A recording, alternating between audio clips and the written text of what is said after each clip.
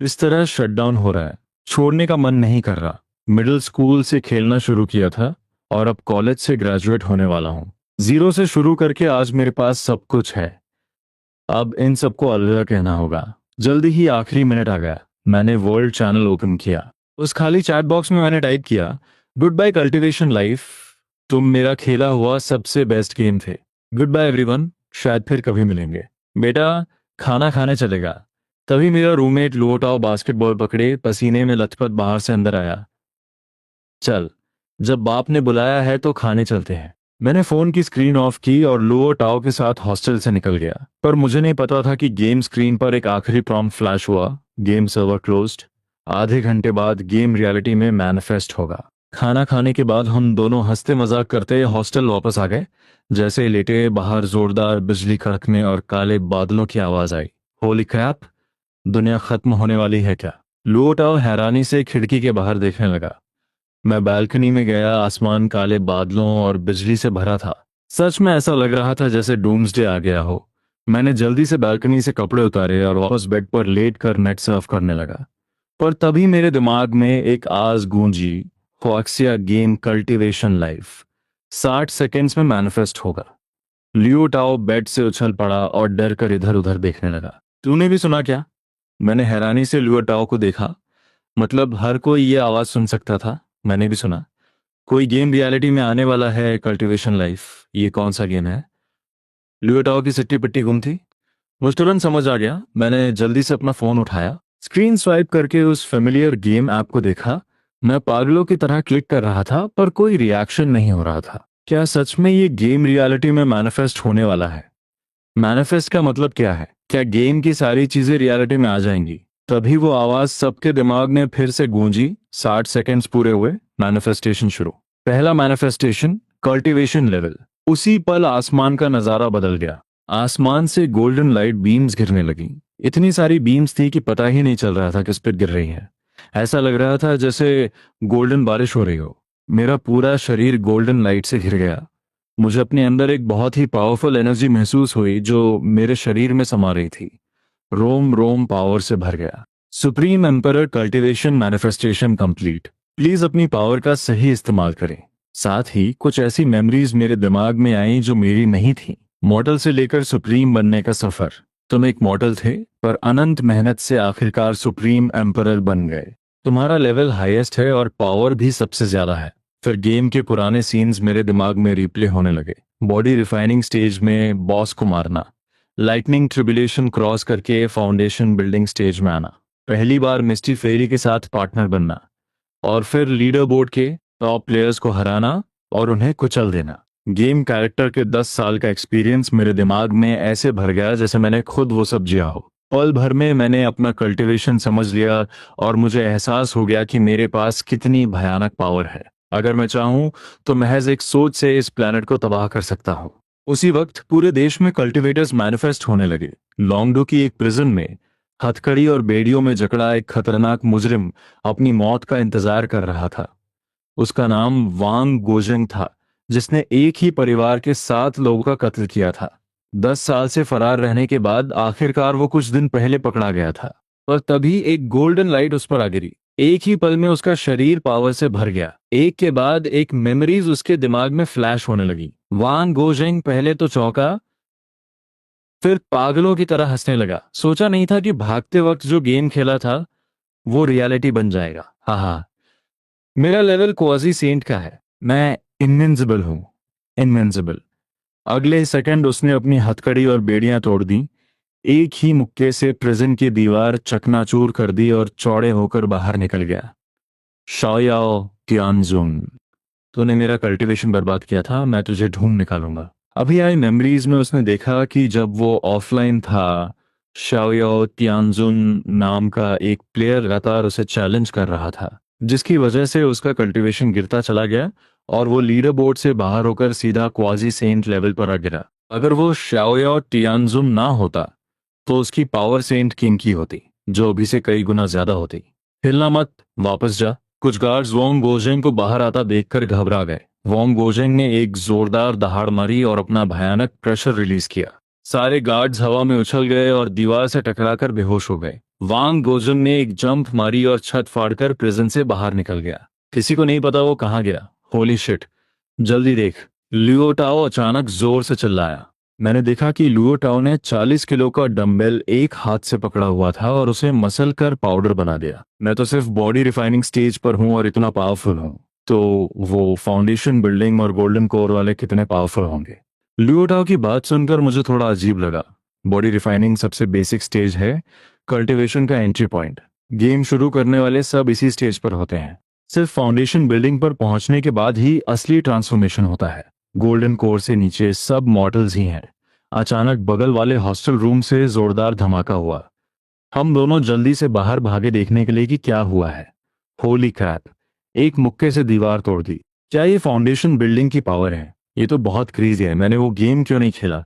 मुझे भी कल्टीवेशन करनी है। बहुत औसम है। मुझे नहीं लगता मैं एक मुक्के से दीवार तोड़ सकता हूँ। लियोडॉ थोड़ा जलस लग रहा था और मैं ये सब देखकर अंदर ही अंदर परेशान होने लगा। अब सबको ये सुपर ह्यूमन पावर्स मिल गई हैं। लगता है दुनिया पूरी तरह बदलने वाली है। तभी स्कूल का ब्रॉडकास्ट अचानक बजने लगा। मैं प्रिंसिपल ली चन हूँ। सभी स्टूडेंट्स और टीचर्स तुरंत फील्ड में जमा हो। प्लीज सभी फील्ड में जमा हो। चल चल कर देखते हैं, मैंने लियोटाओ से कहा। फिलहाल देखते हैं कि स्कूल वाले क्या कहते हैं। फील्ड में पहुंचने पर देखा कि बहुत लोग पहले से वहां जमा थे। प्रिंसिपल और वाइस प्रिंसिपल स्टेज पर खड़े होकर बेचैनी से सबका इंतजार कर रहे थे।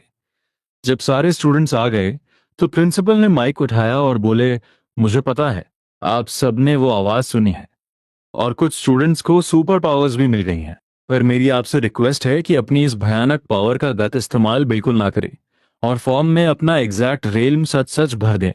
हमें एक सर्वे करना है, उसी वक्त लॉन्गडू के एक सीक्रेट बेस में। मीटिंग रूम में एक बुजुर्ग धीरे धीरे अंदर आए। रूम में बैठे सभी लोग तुरंत खड़े हो गए। एल्डरली, सबने एक साथ कहा। ये बुजुर्ग ली लॉन्ग थे। यहाँ मौजूद लोगों में से कौन कौन कल्टीवेटर है? ली लॉन्ग ने सबको ध्यान से देखते हुए पूछा। सब एक दूसरे का मुंह देखने लगे। सिर्फ दो लोगों ने हाथ उठाया, एक आदमी और एक औरत। उन दोनों को हाथ उठाते देख बाकी सब पूरी तरह चौंक गए। उनके अंदर सच में कल्टीवेटर्स मौजूद थे। उन्हें लगा था कि सब मिलिट्री वाले हैं। गेम खेलने का टाइम किसके पास होगा? इत्तेफाक से ये दोनों जवान थे तो शायद ट्राई किया होगा। तुम दोनों किस रील पर हो, डिटेल में बता सकते हो? ली लॉन्ग ने सीरियसली पूछा। मैं फाउंडेशन बिल्डिंग स्टेज पर हूँ। मैंने 9 साल पहले बस कुछ दिन ऐसे ही खेला था। मैं गोल्डन कोर पर हूँ। मैंने करीब आधा महीना खेला था। आदमी गोल्डन कोर था और औरत फाउंडेशन बिल्डिंग। बाकी लोग इन रेल्म्स का नाम सुनकर पूरी तरह कंफ्यूज थे, क्योंकि वो कल्टीवेटर्स नहीं थे। उन्हें इसका मतलब ही नहीं पता था। तो तुम लोग हमें इन रेल्म्स और इनकी पावर लेवल के बारे में समझाओ। अभी उन्हें सबसे ज्यादा कल्टीवेशन की नॉलेज चाहिए। अब ग्लोबल लेवल पर चीजें बदल गई हैं। ये पहले जैसा पीस वाला टाइम नहीं रहा। एक नए तरह की वॉर शुरू हो सकती है। उस आदमी ने सिर हिलाया और उसे जो भी पता था वो बताने का। जब सबने सुना कि बॉडी रिफाइनिंग के पीक पर पहुंचकर कोई भी 1 लाख जिन वजन का पत्थर उठा सकता है, फाउंडेशन बिल्डिंग वाले मैजिक स्पेल्स यूज कर सकते हैं और गोल्डन कोर वाले हवा में खड़े हो सकते हैं और उनके पास भयानक पावर की है, तो सबके होश उड़ गए। और उससे ऊपर नासेंट सोल की पावर तो एक न्यूक्लियर बॉम्ब के बराबर होती है। सोल फॉर्मेशन किसी भी देश को तबाह कर सकता है। महायाना के पास पूरी दुनिया को मिटा देने की पावर है।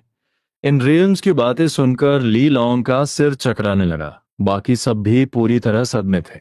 जब उस आदमी ने अपनी बात खत्म की तो पूरे रूम में सन्नाटा छा गया। फिर अचानक हंगामा मच गया। अब क्या होगा? अगर सच में सबके पास ऐसी पावर आ गई है तो इसे कंट्रोल कैसे करेंगे? ये पावर बहुत खतरनाक है। बस कुछ महीने गेम खेलने से न्यूक्लियर बॉम्ब जैसी पावर मिल गई।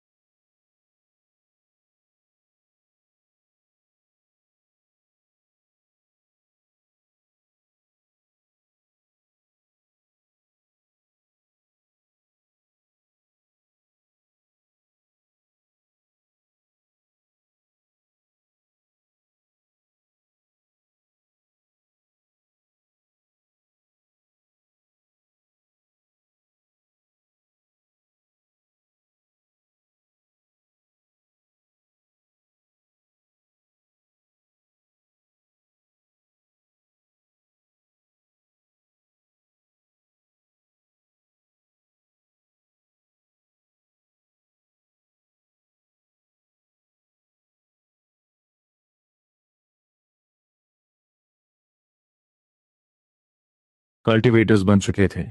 अपने स्कूल में 3,000 से ज्यादा कल्टीवेटर्स देखकर प्रिंसिपल ली चुन इतना एक्साइटेड था कि उसके मुंह से शब्द नहीं निकल रहे थे।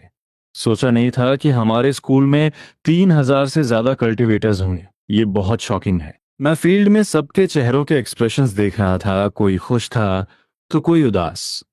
मैं मन ही मन सोच रहा था कि मेरी उस गेम के प्रति लगन ने मुझे सबसे पावरफुल इंसान बना दिया।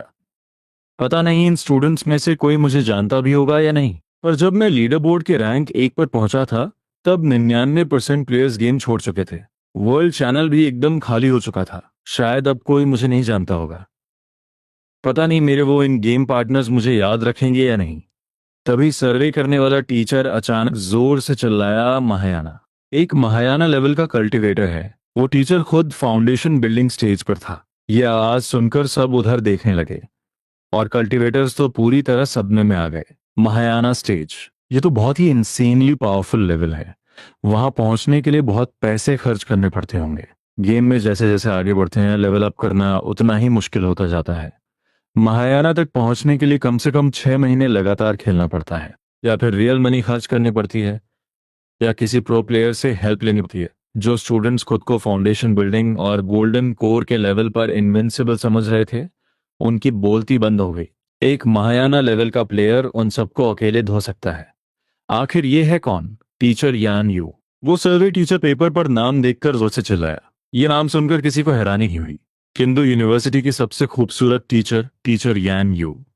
तुरंत सबकी निगाहें एक बेहद खूबसूरत औरत पर गई जिसने पोनीटेल बांध रखी थी, टाइट स्कर्ट, ब्लैक स्टॉकिंग्स और ब्लैक हाई हील्स पहन रखी थी। यान यू बिल्कुल नहीं घबराई।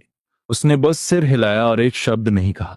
किसी ने सोचा भी नहीं था कि कैंपस की सबसे खूबसूरत टीचर एक महायाना लेवल की प्लेयर होगी।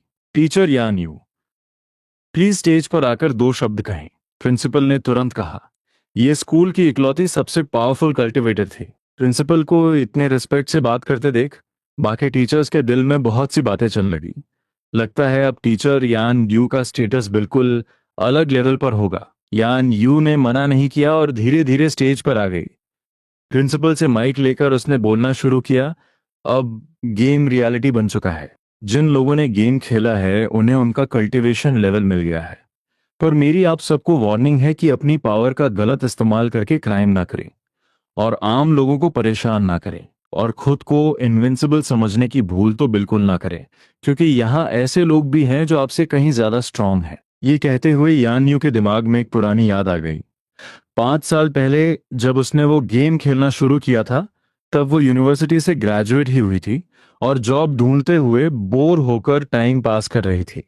उस दिन उसे एक बहुत ही हेल्पफुल प्लेयर मिला था। वो हर दिन उसके साथ खेलता, उसे ढेरों आइटम्स देता, मॉन्स्टर्स मारने में हेल्प करता और बाद में उसका इन गेम पार्टनर भी बन गया। उसी की वजह से वो इतने कम टाइम में महायाना स्टेज तक पहुंच पाई थी। यहाँ तक कि जब उसने गेम खेलना छोड़ दिया था तब भी वो उसे लगातार इक्विपमेंट और आइटम्स भेजता रहता था। वो उसे मैसेज छोड़ता था। यहाँ तक कि गेम खत्म होने के वक्त भी वो उसे अलविदा कह रहा था, पर उसे पता नहीं था कि उसका वो मास्टर और पार्टनर अब किस लेवल पर होगा। उसे बस इतना याद था कि गेम छोड़ने से पहले वो हेवनली इमॉर्टल लेवल पर था। जैसे ही यान यू ने अपनी बात खत्म की, आसमान में एक जोरदार आवाज गूंजी। Cultivation manifestation complete. Blue star का एरिया एक्सपेंशन शुरू। इनिशियल एक्सपेंशन, ग्लोबल एरिया 10 गुना बढ़ा दिया गया है। कल्टीवेशन इकोनॉमी जल्द ही शुरू होगी। कल्टीवेशन रैंकिंग भी जल्द स्टार्ट होगी। टॉप रैंकर्स को बहुत हैवी रिवॉर्ड्स मिलेंगे। 3 दिन बाद मैजिक ट्रेजर्स मैनिफेस्ट होंगे। अचानक जमीन तेजी से हिलने लगी। फील्ड में खड़े आम लोग बैलेंस नहीं बना पाए और नीचे गिर पड़े। ये अर्थक्वेक 10 सेकंड से ज्यादा तक चला। मैंने अपनी आंखें बंद की और अपने डिवाइन सेंस से पूरे ब्लू स्टार को स्कैन किया। सुप्रीम एम्परर लेवल की वजह से मेरे डिवाइन सेंस यूनिवर्स के पार तक देख सकती थी। मैं हैरान रह गया कि ब्लू स्टार का पूरा एरिया 10 गुना बढ़ चुका था और हाक्सिया में तो हजारों नए अननोन रीजन्स आ गए थे। नए समंदर, जंगल, रेगिस्तान जो बिल्कुल वीरान थे। वहां इंसान तो क्या कोई जानवर तक नहीं था, वो बस अचानक से अपीयर हो गए थे। पर इससे मुझे एक बहुत ही बुरी फीलिंग आने लगी। अगर गेम रियलिटी में आ रहा है तो उसके अंदर के क्या मॉन्स्टर्स और एनपीसीएस भी रियलिटी में आ जाएंगे? तभी आसमान से मिलिट्री हेलीकॉप्टर के रोटर की आवाज आने लगी। सबने ऊपर देखा, एक मिलिट्री हेलीकॉप्टर उनके ठीक ऊपर मंडरा रहा था। हेलीकॉप्टर नीचे उतरा और उसमें से मिलिट्री यूनिफॉर्म पहने एक आदमी बाहर आया। वो करीब 30 साल का लग रहा था। मैं लुओ वे हूँ, कल्टीवेटर मैनेजमेंट डिपार्टमेंट का मेंबर, और मैं एक मेजर जनरल भी हूँ। उसका इंट्रोडक्शन सुनकर फील्ड में मौजूद सारे टीचर्स और स्टूडेंट्स हैरान रह गए। यहाँ सबसे हाईएस्ट कल्टीवेशन लेवल किसका है? लो वे ने पूरी भीड़ को देखते हुए पूछा। मेरा। मैं महायाना लेवल पर हूँ। यान यूं आगे आई और बोली। वो अपनी पावर से देख सकती थी कि सामने खड़ा ये मिलिट्री ऑफिसर भी एक कल्टीवेटर है, बस इसका लेवल उससे कम है, सिर्फ गोल्डन कोर स्टेज। ये सुनते ही लू वे के होश उड़ गए। यहाँ एक महायाना स्टेज का कल्टीवेटर मौजूद है। उसने डर के मारे तुरंत झुककर बॉव किया। Greetings Mahayana expert. अगर पहले का वक्त होता तो वो कभी ऐसे नहीं झुकता, पर अब हालात बदल गए थे। अब कल्टीवेटर्स का जमाना है। एक महायाना लेवल का कल्टीवेटर उसे अपनी एक उंगली से मसल सकता है। वो कोई रिस्क नहीं लेना चाहता था। प्लीज ऐसा मत कीजिए, हम सब हॉक्शायर के लोग हैं, और आप मिलिट्री वालों ने ही हॉक्शायर के लिए सबसे ज्यादा कंट्रीब्यूशन दिया है। यान यू इस रिस्पेक्ट से थोड़ी घबरा गई और उसने अपनी स्पिरिचुअल एनर्जी से लियो वे को सीधा खड़ा कर दिया। तो मैं आपको मिस यान कहकर बुलाऊंगा। लियो वे अभी भी बहुत रिस्पेक्टफुली बात कर रहा था। क्या मिस यान हमारे कल्टीवेटर मैनेजमेंट डिपार्टमेंट में ज्वाइन होकर सोसाइटी में पीस मेंटेन करने में मदद करेंगी? हाँ, मैं रेडी हूँ। देश के लिए काम करना मेरे लिए ऑनर की बात है। यान यू ने सिर हिलाया। बहुत बढ़िया। चलिए हम साइड में चलकर डिटेल में बात करते हैं। लियो वे और यान यू फील्ड से बाहर चले गए। उन दोनों को जाते देख मैंने अपनी डिवाइन सेंस का यूज किया और उन पर नजर रखी। मैं उनकी सारी बातें सुन सकता था। मिस यान, हम हर स्कूल में कल्टीवेशन क्लासेस स्टार्ट करने का प्लान कर रहे हैं, और कल्टीवेटर्स को ही टीचर्स अपॉइंट करेंगे। आप ऑलरेडी किंदू यूनिवर्सिटी की टीचर हैं। क्या आप इस क्लास की हेड टीचर बनना चाहेंगी? हाँ बिल्कुल। मैं आपकी डिटेल्स सुपीरियर्स को रिपोर्ट कर दूंगा। आप महायाना लेवल पर हैं तो आपको गेम के बैकग्राउंड के बारे में बहुत कुछ पता होगा। मैंने तो बहुत ही कम टाइम के लिए खेला था। हाँ, मैंने करीब आधा साल खेला था, तो मुझे काफी नॉलेज है। मैंने करीब आधा साल खेला था तो मुझे गेम का आइडिया है। इस गेम के जितने भी सेट्स हैं वो सब एनपीसी सेट्स हैं। अगर गेम सच में मैनिफेस्ट हो रहा है तो हो सकता है कि ये एनपीसीएस और सेक्ट्स भी रियलिटी में आ जाएं।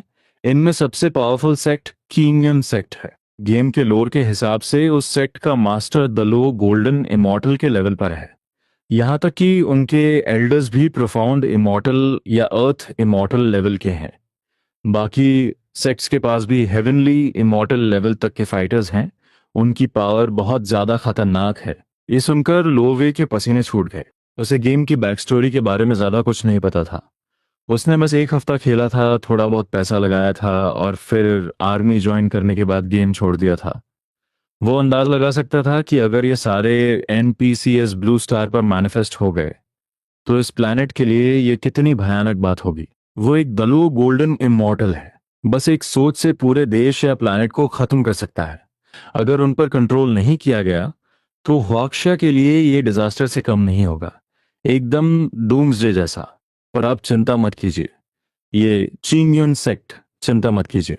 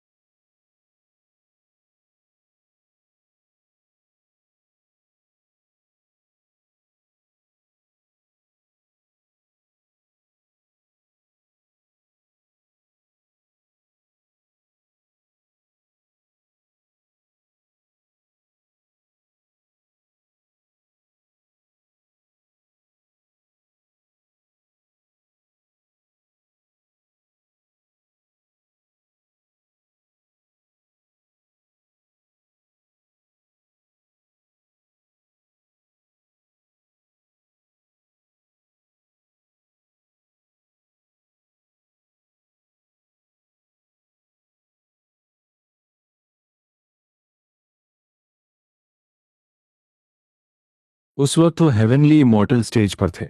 अगर वो अभी भी खेल रहे होंगे तो शायद सेंट या उससे भी ऊपर पहुंच चुके होंगे। दूर खड़ा मैं उनकी बातें सुन रहा था और अचानक चौंक गया। मेरी आंखों में हैरानी थी। शाओयाओ तियानजुन। मेरा इन गेम नाम शाओयाओ तियानजुन ही था। मैंने लगातार 10 साल रात भर जागकर एक कल्टीवेशन गेम क्लियर किया था। मैं वर्ल्ड लीडर बोर्ड पर रैंक 1 था। 10 करोड़ साल का सुप्रीम एम्परर, सबसे ऊपर। मेरे बराबर कोई नहीं। हर तरह के गॉड लेवल वेपन्स और आइटम्स मेरे पास थे। और मुझे नहीं पता था कि 10 साल पुराना वो गेम सच में रियलिटी बन जाएगा और मुझे वो सारी पावर्स और आइटम्स असल में मिल जाएंगे। मैं उन दोनों की बातें सुनकर बहुत हैरान था। मुझे यकीन नहीं हो रहा था कि टीचर यानी मेरा गेम नेम जानती हैं और खुद को मेरी स्टूडेंट बता रही हैं। पर मुझे याद नहीं आ रहा था कि वो कौन है, क्योंकि मैंने गेम में बहुत से लोगों को ट्रेन किया था। लगता है इस मास्टर की टीचर यान यू की लाइफ में बहुत इंपॉर्टेंस है। लियो वे मुस्कुराया। हाँ, यान यू ने सिर हिलाया। पुरानी यादों को सोचकर उसके चेहरे पर एक मुस्कान आ गई। वो जानना चाहती थी कि आखिर शाओया टियानजुन असल में कैसा इंसान है। मैं इस शाओया टियानजुन के बारे में पता लगाने की कोशिश करूंगा। वैसे मिस यान, आपका गेम आईडी क्या था? सिक्योरिटी रीजंस के लिए हम पब्लिकली गेम नेम्स ही यूज कर रहे हैं। मेरा गेम नेम वाटर फेरी शुई श्यानजी था। यान यू ने सच बताया। ये सुनकर मेरी आंखें फटी की फटी रह गईं। मुझे यकीन नहीं हो रहा था कि मेरी इन गेम पार्टनर और स्टूडेंट असल में मेरी कॉलेज टीचर है। दुनिया कितनी छोटी है कि हम दोनों एक ही जगह मिल गए। मेरी इन गेम पार्टनर ही मेरी टीचर है, पर मैंने तय किया कि मैं उसे सच नहीं बताऊंगा।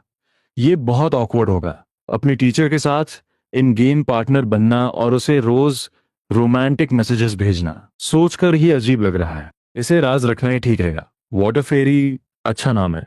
ठीक है, मैं जाकर रिपोर्ट करता हूँ। आपका आईडी कार्ड कुछ दिनों में आ जाएगा।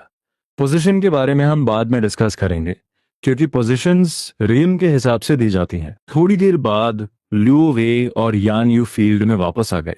2 दिन के अंदर cultivator management department officially interview start करेगा। सबको ज्वाइन करने का चांस मिलेगा। हम बहुत अच्छे बेनिफिट्स देंगे। जिसका लेवल जितना हाई होगा उसे उतने अच्छे बेनिफिट्स मिलेंगे। सब न्यूज़ देखते रहना। इतना कहकर लियो वे हेलीकॉप्टर में बैठा और चला गया। पूरे फील्ड में फिर से शोर मच गया। कल्टीवेटर मैनेजमेंट डिपार्टमेंट जल्द ही ओपन होने वाला है। क्या तू ज्वाइन करेगा? लियो टाओ ने एक्साइटेड होकर मुझसे पूछा। ग्रेजुएशन से पहले ही गवर्नमेंट जॉब मिलना वो इसके लिए बहुत इंटरेस्टेड था। लियो टाओ की एक्साइटेड शक्ल देखकर मैंने बेबसी से अपना सिर हिलाया। मुझे इन मैनेजमेंट डिपार्टमेंट्स में कोई इंटरेस्ट नहीं है। बहुत झंझट है। मुझे पीसफुल लाइफ पसंद है। अचानक साफ नीले आसमान में बिजली कड़की। Cultivation gold rank leader board open हो रहा है। वही पुरानी हॉन्गमैंग आवाज आसमान से फिर गूंजी। सबने ऊपर देखा। जो आसमान कुछ देर पहले एकदम साफ था वो अब काले बादलों से घिर गया था। सूरज की एक किरण भी नहीं दिख रही थी। मैंने अपनी डिवाइन सेंस का यूज किया और हैरान रह गया। ये काले बादल पूरे हुआक्शा को कवर कर चुके थे। पूरा हुआक्शा अंधेरे में डूब गया था। तभी काले बादलों को चीरती हुई एक गोल्डन लाइट नीचे आई। एक स्क्रोल उस गोल्डन लाइट के साथ आसमान से नीचे आया और हवा में तैरने लगा। मैं महसूस कर सकता था कि उस स्क्रोल में कितनी भयानक स्पिरिचुअल एनर्जी है। वो पक्का कोई comet supreme treasure divine item था। स्क्रोल करीब 7-8 सेकंड्स तक हवा में रुका रहा और फिर धीरे धीरे खुलने लगा। खुलने के बाद वो 100 मीटर लंबा और 100 मीटर चौड़ा था। पूरे देश के लोग उसे साफ साफ देख सकते थे, पर उस पे कुछ लिखा नहीं था।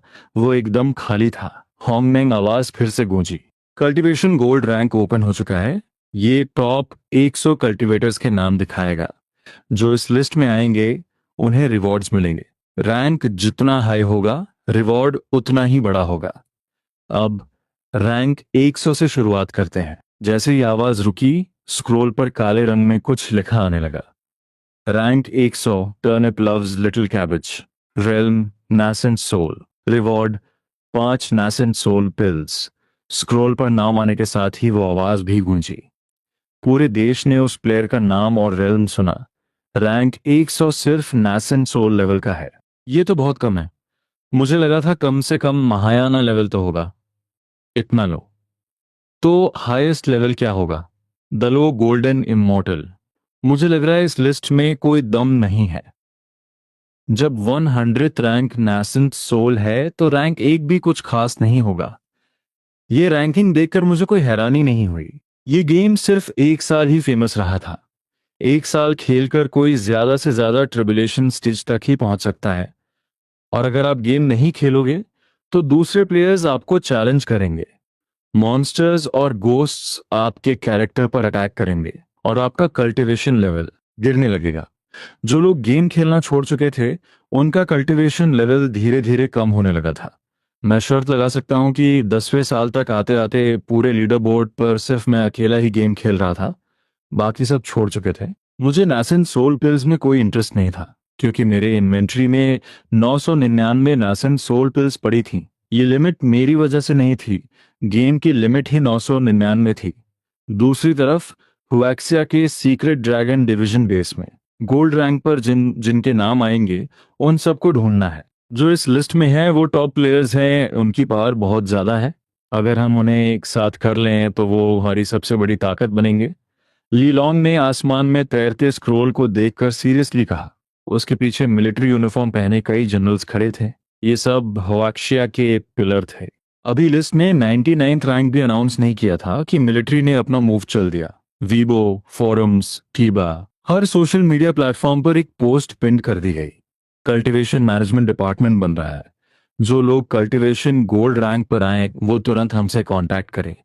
उस पोस्ट के नीचे 100 से ज्यादा फोन नंबर्स दिए गए थे। उन्होंने प्लान किया था कि वो कल ये अनाउंसमेंट करेंगे, पर गोल्ड रैंक के आने से उन्हें ये काम जल्दी करना पड़ा। इन टॉप प्लेयर्स को जल्दी से जल्दी डिपार्टमेंट में लाना होगा, ताकि उन्हें और आम जनता को पीस मिल सके, क्योंकि ये न्यूज़ पूरे इंटरनेट पर थी। तो बहुत से लोगों ने इसे देखा। कुछ खुश थे, कुछ परेशान। बहुत बढ़िया, गवर्नमेंट ने आखिरकार एक्शन ले लिया। मैं अभी डर रहा था कि अगर किसी कल्टीवेटर से पंगा हो गया तो मेरा क्या होगा। मैं तो एक आम इंसान हूँ। सही बात है। तुम्हें पता नहीं है, गेम को रियलिटी में आए अभी सिर्फ 2 घंटे हुए हैं और 100 से ज्यादा क्राइम हो चुके हैं। ये बहुत भयानक है। ताकत इंसान को बुरा बना देती है। दूसरी तरफ स्कूल फील्ड में गवर्नमेंट ने रिक्रूट करना शुरू कर दिया है। जल्दी से कल्टीवेटर मैनेजमेंट डिपार्टमेंट में अप्लाई करो। एक स्टूडेंट ने अपना फोन देखकर जोर से चिल्लाया। बाकी स्टूडेंट्स ने भी अपने फोन्स चेक किए और उन्हें भी वही नोटिफिकेशन दिखा। सबने तुरंत उन नंबर्स पर कॉल करना शुरू कर दिया ताकि वो मैनेजमेंट डिपार्टमेंट ज्वाइन कर सके।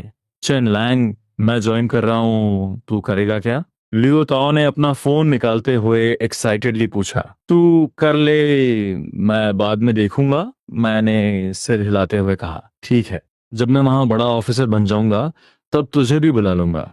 लियो ताओ ने साइड में जाकर कॉल करना शुरू किया, पर लाइन बिजी थी। बहुत बार ट्राई करने के बाद आखिरकार कॉल लग गई। मैंने उनकी बातें सुनी। प्रोसेस बहुत सिंपल था। लियो टाओ को अपना गेम आईडी बताना था और फिर ऑफिशियल सेंटर पर जाकर चेक करवाना था। अगर कंफर्म हो गया कि वो कल्टीवेटर है तो उसे तुरंत डिपार्टमेंट में जॉब मिल जाएगी।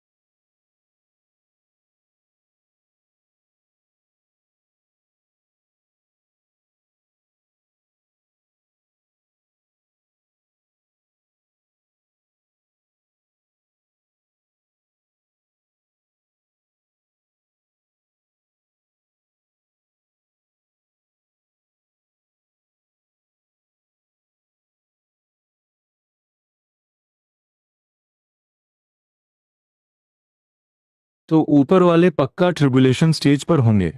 मुझे इस रिजल्ट से कोई हैरानी नहीं हुई, पर वाटर स्पिरिट इमॉर्टल हर्ब देखकर मैं थोड़ा चौंक गया। मुझे याद है, ये herb water spiritual root water element की पावर जगाने के काम आती है। गेम में हर कल्टीवेटर के पास 5 elements metal, wood, water, fire, earth में से कोई एक स्पिरिचुअल रूट होती है, या फिर पांचों भी हो सकती हैं। नॉवेल्स की तरह इसमें कोई यूजलेस या फेक स्पिरिचुअल रूट्स नहीं होती, पर रियलिटी में आने के बाद मैंने नोटिस किया कि मेरे पास कोई स्पिरिचुअल रूट नहीं थी। शायद हमें खुद उन्हें जगाना पड़ेगा। ये वाटर स्पिरिट इमॉर्टल हर्ब यान यू की वाटर स्पिरिचुअल रूट जगाने के लिए परफेक्ट थी। गोल्ड रैंक की अनाउंसमेंट के तुरंत बाद यान यू के फोन पर एक कॉल आया। किसी की कॉल सुनना अच्छी बात नहीं है, पर मैंने अपनी डिवाइन सेंस का यूज किया। वो कॉल लुओ वे का था। मैं उन दोनों की बातें सुनकर हैरान था। ड्रैगन डिवीजन क्या है? क्या ये नॉवेल्स वाला कोई सीक्रेट बेस है जो देश की रक्षा करता है? कुछ ही देर में यान यू फील्ड से गायब हो गई। आम लोग ये देखकर हैरान थे, पर कल्टीवेटर्स को पता था कि महायाना स्टेज वाले shrink the ground into an inch technique teleportation का यूज कर सकते हैं और पल भर में कहीं भी जा सकते हैं। पूरे फील्ड में सिर्फ मुझे पता था कि यान यू कहाँ गई है, क्योंकि मेरी डिवाइन सेंस लगातार उस पर फोकस कर रही थी। मैं देखना चाहता था कि ये ड्रैगन डिवीजन आखिर है क्या। जल्द ही यान यू एक घने जंगल वाले पहाड़ पर पहुंची। उस पहाड़ के अंदर एक हेविली गार्डेड सीक्रेट बेस था। दर्जनों सोल्जर्स पेट्रोल कर रहे थे और सैकड़ों ट्रेनिंग कर रहे थे। लुओवे बेस के बाहर यान यू का इंतजार कर रहा था और उसे अंदर ले गया। एक कॉरिडोर से होते हुए वो एक मीटिंग रूम में गए। वहां मिलिट्री यूनिफॉर्म पहने 7-8 लोग पहले से इंतजार कर रहे थे। सबके बैजेस बता रहे थे कि वो हाई रैंकिंग ऑफिसर्स हैं, कम से कम मेजर जनरल लेवल के। पर सबने यान यू को बहुत रिस्पेक्ट दी। पता चला कि वो यान यू को कल्टीवेटर मैनेजमेंट डिपार्टमेंट की किंदू ब्रांच का वाइस मिनिस्टर बनाना चाहते हैं। मिनिस्टर कौन होगा ये अभी डिसाइड नहीं हुआ था। फिर उन्होंने डिपार्टमेंट के मेन काम के बारे में बात की।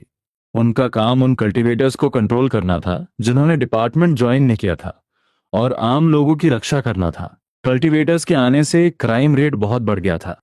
सिर्फ आधे दिन में पूरे देश में सैकड़ों क्राइम्स हो चुके थे और ज्यादातर कल्टीवेटर्स ने किए थे। यान यू ने मना नहीं किया। उसे लगा कि अगर उसके पास पावर है तो उसे अपनी रिस्पॉन्सिबिलिटी निभानी चाहिए, क्योंकि वो हॉक्शा की सिटीजन है। जनरल्स उसकी बात से बहुत इंप्रेस हुए और उसे किंदू ब्रांच का वाइस मिनिस्टर बना दिया।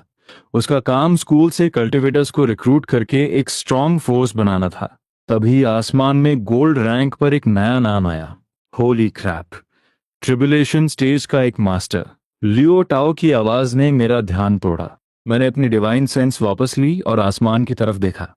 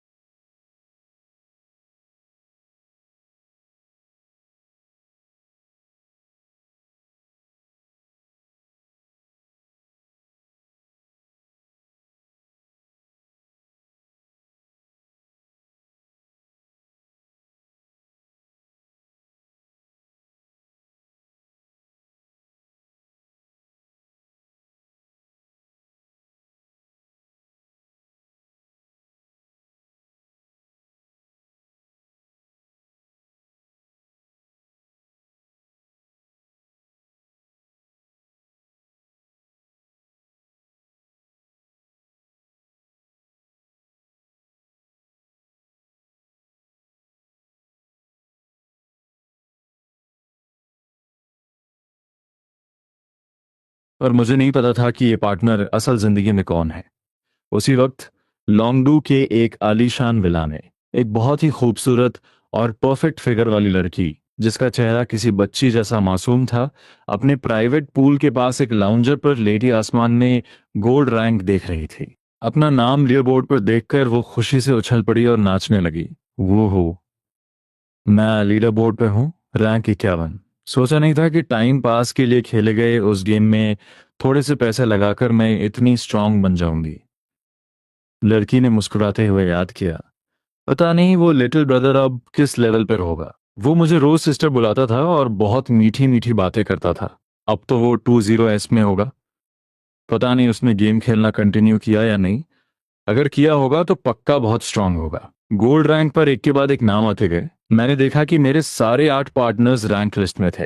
सबसे हाई रैंक वाला ह्यूमन इमॉर्टल स्टेज पर था। मुझे धुंधला सा याद है कि वो ट्रू इमॉर्टल स्टेज तक पहुंचने ही वाला था, पर फिर किसी पर्सनल रीजन की वजह से उसने गेम छोड़ दिया और फिर कभी ऑनलाइन नहीं आया। मुझे सिर्फ वाटर फेरी की रियल आइडेंटिटी पता थी, बाकी किसी की नहीं। मैं और लो डाओ हॉस्टल वापस आ चुके थे। गोल्ड रैंक अभी भी अपडेट हो रहा था और रैंक 20 पर पहुंच चुका था। मुझे भी जानने की क्यूरियोसिटी थी कि टॉप 10 में कौन कौन होगा। लियो टाओ बालकनी में खड़ा उस गोल्डन स्क्रोल को देख रहा था जो अंधेरे आसमान में चमक रहा था। काश मैंने उस वक्त वो गेम थोड़ा और खेल लिया होता, तो मैं भी आज कोई बड़ा मास्टर होता। वो पछता रहा था। मैं हंसा पर कुछ बोला नहीं। मैं बेड पर लेट गया, आंखें बंद की और अपनी डिवाइन सेंस से पूरे हुआक्सिया को देखने लगा। हुआक्सिया का कल्टीवेटर मैनेजमेंट डिपार्टमेंट हर जगह रिक्रूटमेंट्स कर रहा था और पेट्रोल कर रहा था। बहुत से खतरनाक मुजरिम जेल से भाग गए थे। तभी लियो टाओ अचानक जोर से चिल्लाया। मैंने आंखें खोली और उठकर उसे देखा। क्या हुआ? ये देख। लियो टाओ भागकर मेरे पास आया और मुझे अपना फोन दिखाया।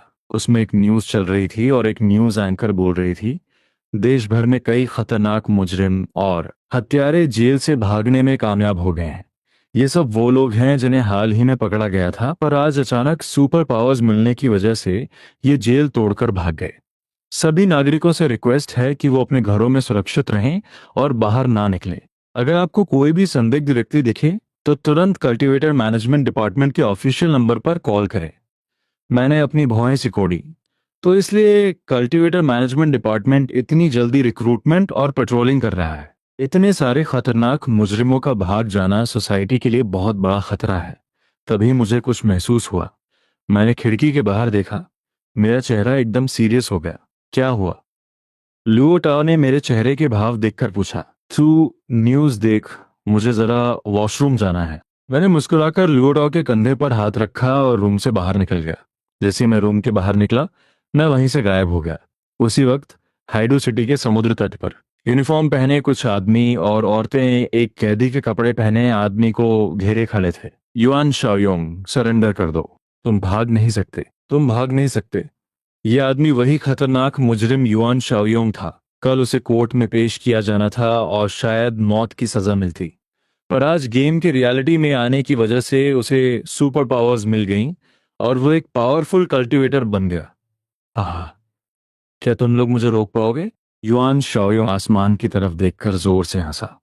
बस इस तट को पार करते ही वो दूसरे देश पहुंच जाएगा।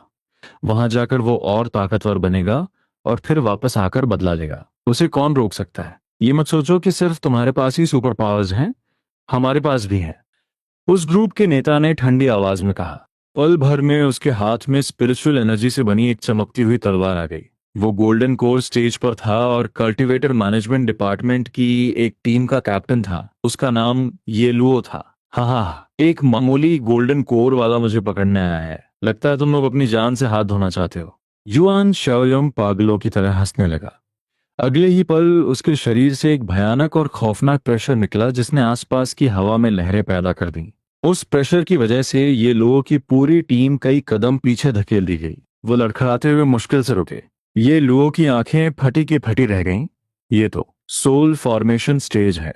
उसने सपने में भी नहीं सोचा था कि युआन शाओयुंग एक सोल फॉर्मेशन स्टेज का एक्सपर्ट होगा। उनकी टीम में सिर्फ गोल्डन कोर, फाउंडेशन बिल्डिंग और दो बॉडी रिफाइनिंग स्टेज वाले थे। वो किसी भी कीमत पर उसे नहीं हरा सकते थे। सबके माथे पर पसीना आ गया और दिल बैठ गया। Reporting from Haidu city coast. यहाँ एक सोल फॉर्मेशन एक्सपर्ट है। Requesting backup, requesting immediate backup.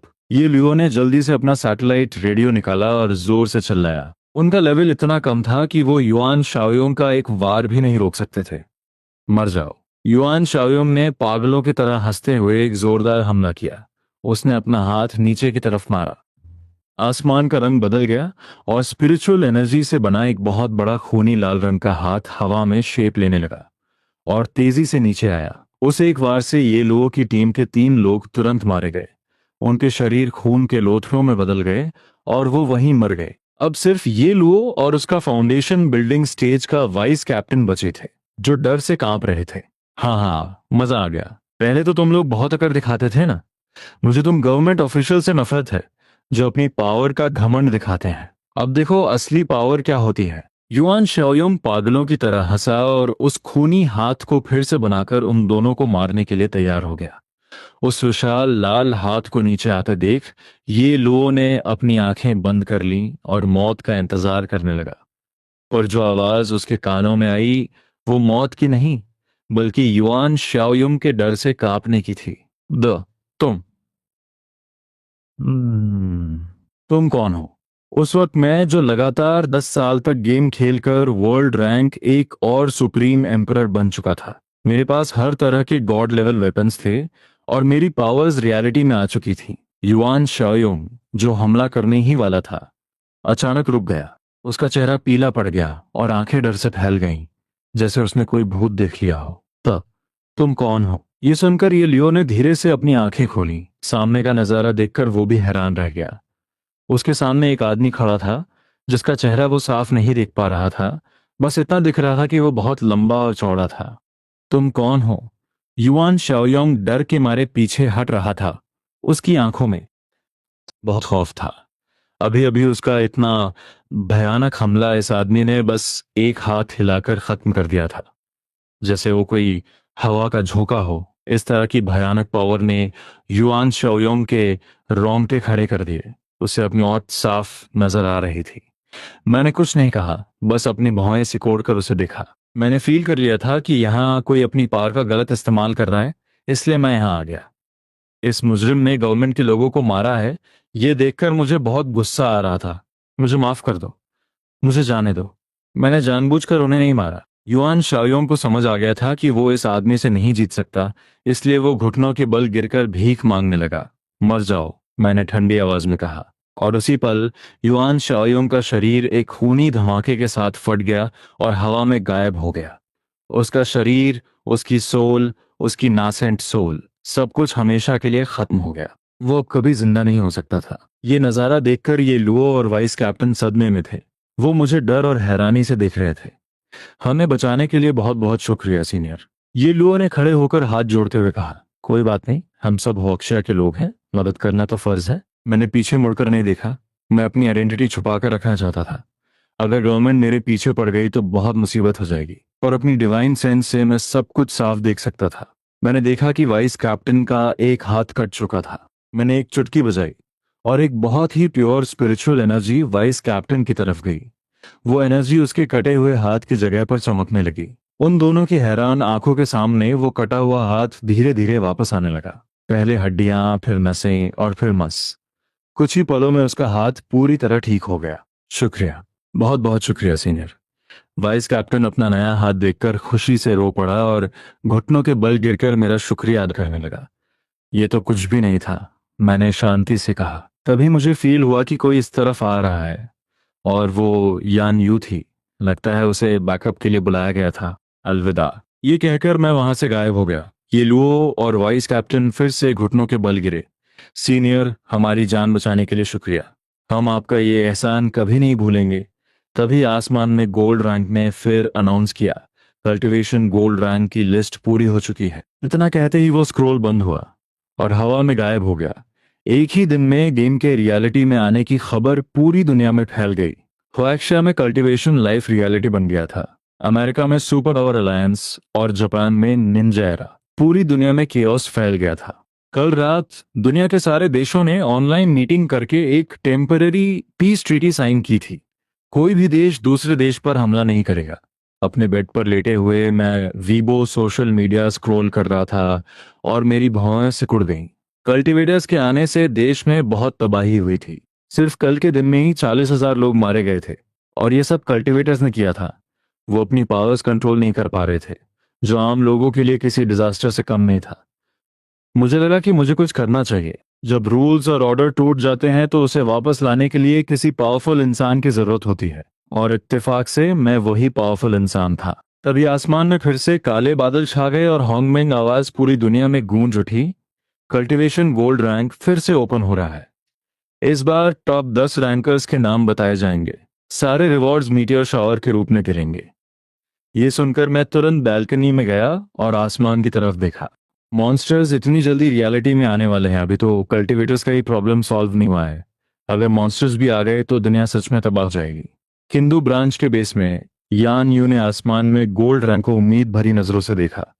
Top 10 में तो तुम्हारा नाम पक्का होगा ना? उसने कल पूरा दिन इंतजार किया था, पर शाओया तियानजुन का नाम कहीं नहीं आया। उसे डर लगने लगा था कि कहीं वो अब इस दुनिया में ना हो। कल फोरम्स पर लोग डिस्कस कर रहे थे कि जो प्लेयर्स मर चुके हैं उनका नाम लीडर बोर्ड पर नहीं आएगा। अगर तुम जिंदा हो तो पक्का टॉप 10 में होगे।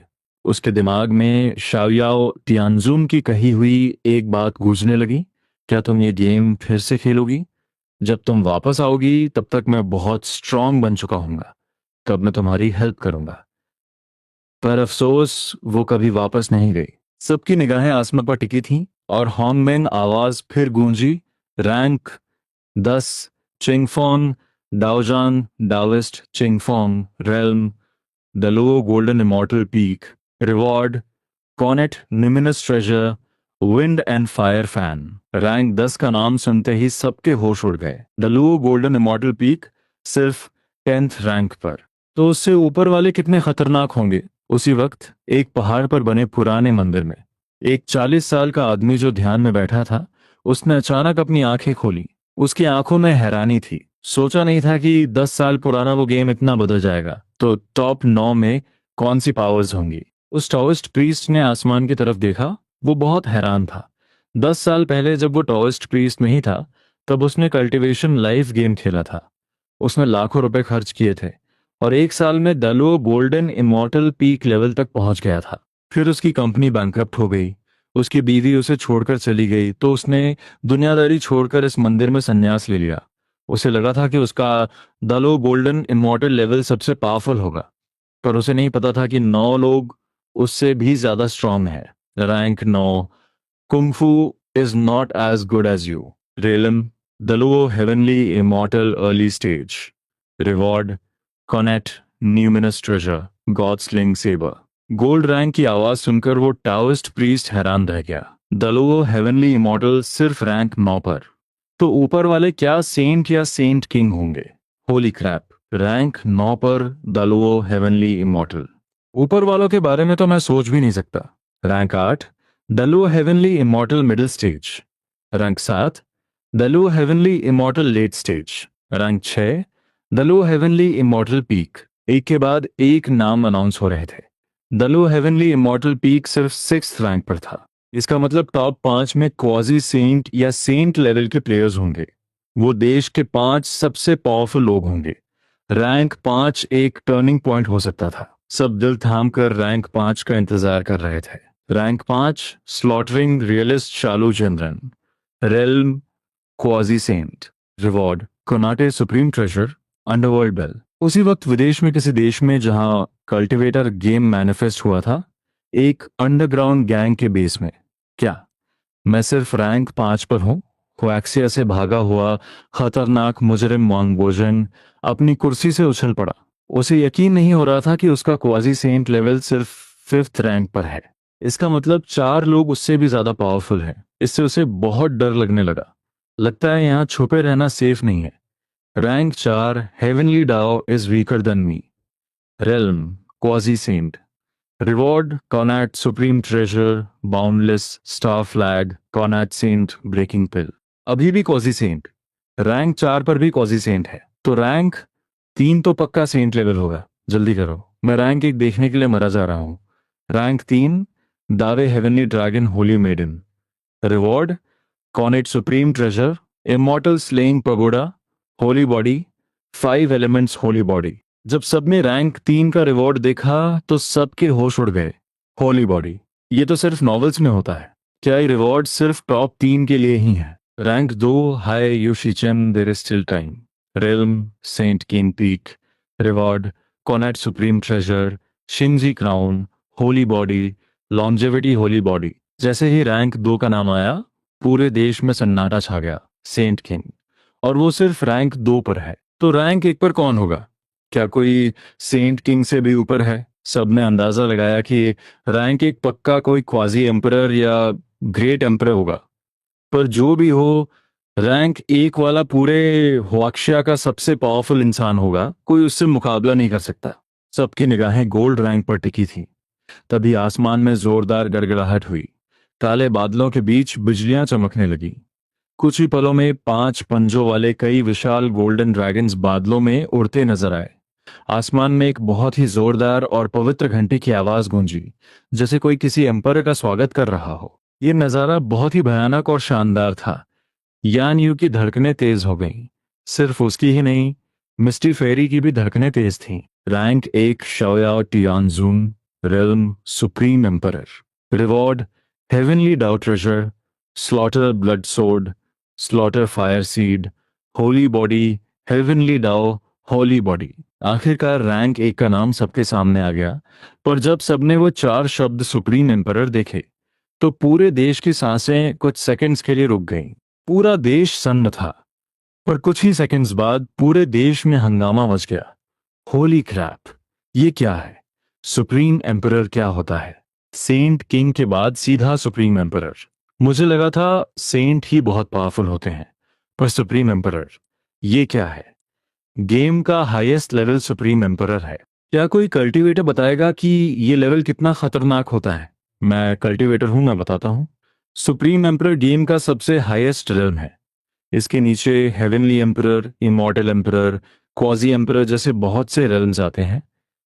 हेवनली एम्परर के बाद सुप्रीम एम्परर आता है। मतलब ये लेवल पूरे देश को अकेले हरा सकता है, हरा सकता है। अरे भाई, वो बस एक सोच से पूरे ब्लू स्टार को ब्लास्ट कर सकता है। ये सुनकर आम लोग डर के मारे कांपने लगे। एक सोच से प्लैनेट ब्लास्ट, एक ऐसी पावर जो न्यूक्लियर बॉम्ब से हजारों गुना ज्यादा खतरनाक है, वो एक इंसान के पास है। वो एक सुप्रीम एम्परर है। यान यू हैरान आंखों से गोल्ड रैंक को देख रही थी। उसे लगा था कि शाओयाओ तियानजुन कोई सेंट किंग या क्वाजी एम्परर होगा, पर वो तो हाईएस्ट लेवल सुप्रीम एम्परर निकला। एक ऐसा लेवल जो एक सोच से प्लैनेट्स तबाह कर सकता है और यूनिवर्स में घूम सकता है। वो उसका इन गेम पार्टनर था, शाओया तियानजुन। पता नहीं उसे मैं याद भी हूं या नहीं। वाइस मिनिस्टर यान, आपकी बातें सुनकर लग रहा है जैसे आप इस शाओया तियानजुन को जानती हैं। पास खड़े मिनिस्टर ली जिंग ने उसकी बात सुनकर पूछा। वो मेरा इन गेम पार्टनर था, हमने साथ में गेम खेला था। यान यू ने बिना कुछ छुपाए बता दिया, पर यह बताते हुए उसका चेहरा थोड़ा लाल हो गया। शायद उसे कुछ बातें याद आ गई थी। ये बात आसपास खड़े सबने सुन ली। सब यान यू को हैरानी से देखने लगे। मिनिस्टर यान का इन गेम पार्टनर शाओया तियानजुन है, तो क्या मिनिस्टर यान शाओया तियानजुन को हमारे डिपार्टमेंट में इनवाइट कर सकती हैं? अगर वो आ गए तो हमारा ब्रांच पूरे देश में सबसे पावरफुल हो जाएगा। बाकी लोगों की बातें सुनकर ली जेंग की आंखें चमक उठी। हाँ, क्या आप शाओया तियानजुन को हमारे डिपार्टमेंट में ज्वाइन करने के लिए इनवाइट कर सकती हैं? अगर वो मान गए तो मैं अपनी मिनिस्टर की पोस्ट उन्हें दे दूंगा। ये सुनकर यान यू की आंखों में उदासी आ गई और उसने मना कर दिया। मैं नहीं कर सकती, क्योंकि मुझे नहीं पता वो असल जिंदगी में कौन है। मुझे उसका कांटेक्ट नंबर भी नहीं पता। मैं सिर्फ उसका गेम नेम जानती हूँ। ये सुनकर सबका उत्साह गुब्बारे की तरह फुस हो गया। सब निराश होकर नीचे देखने लगे। यान यू ने वापस आसमान में गोल्ड रैंक की तरफ देखा। उसकी आंखों में एक उम्मीद थी। तुम आखिर कौन हो? क्या हम कभी मिल पाएंगे? दूसरी तरफ मिस्टी फेरी का रिएक्शन यान यू से बिल्कुल अलग था। हाँ हाँ, मेरा इन गेम पार्टनर सुप्रीम एम्परर है, मैं उसे ढूंढ कर आऊंगी। मिस्टी फेरी ने कमर पर हाथ रखकर जोर से हंसा। सोचा नहीं था कि मेरा पार्टनर गेम का हाईएस्ट लेवल प्लेयर और नंबर 1 होगा। अगर मैं ये सबको बताऊंगी तो कितना रुतबा बढ़ेगा।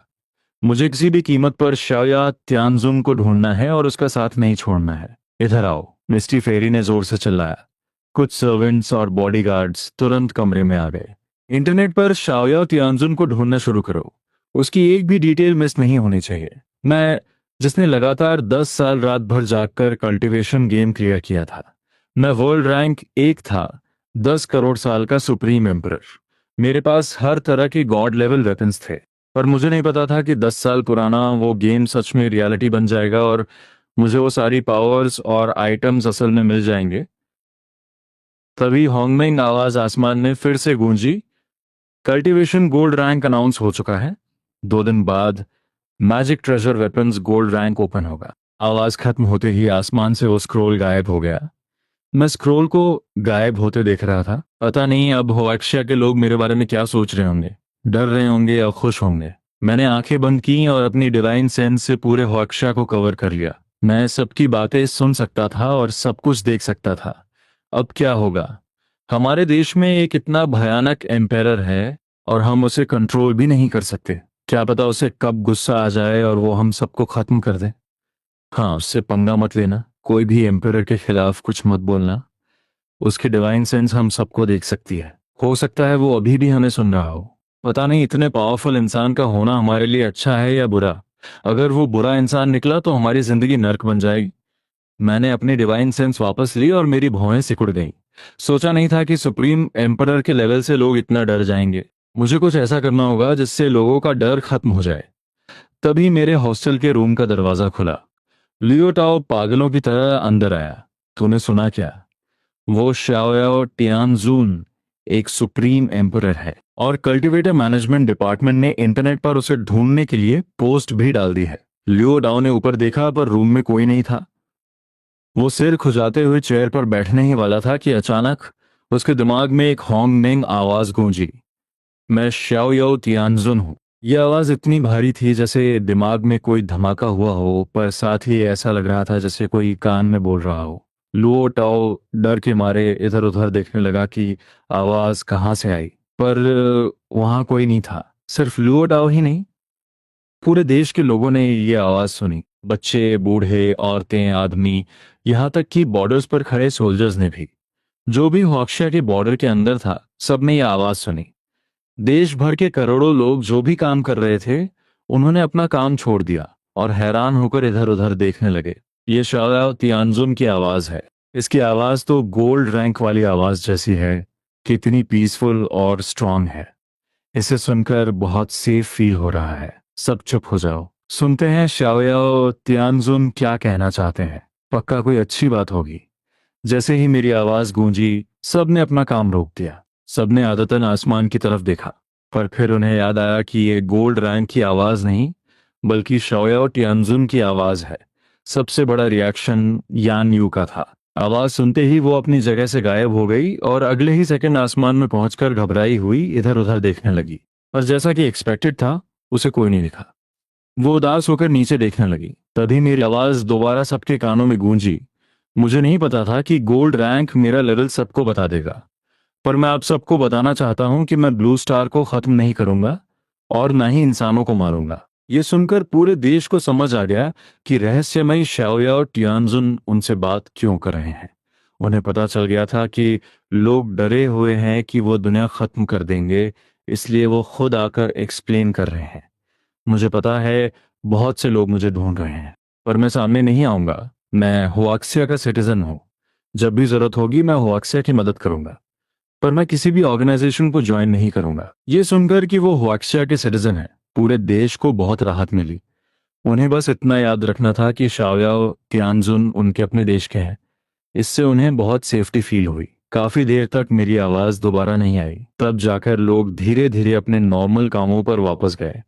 उनका डर अब बहुत हद तक खत्म हो चुका था। अब वो इस बात से नहीं डर रहे थे कि दुनिया खत्म हो जाएगी, बल्कि उन्हें अब एक सिक्योरिटी फील हो रही थी।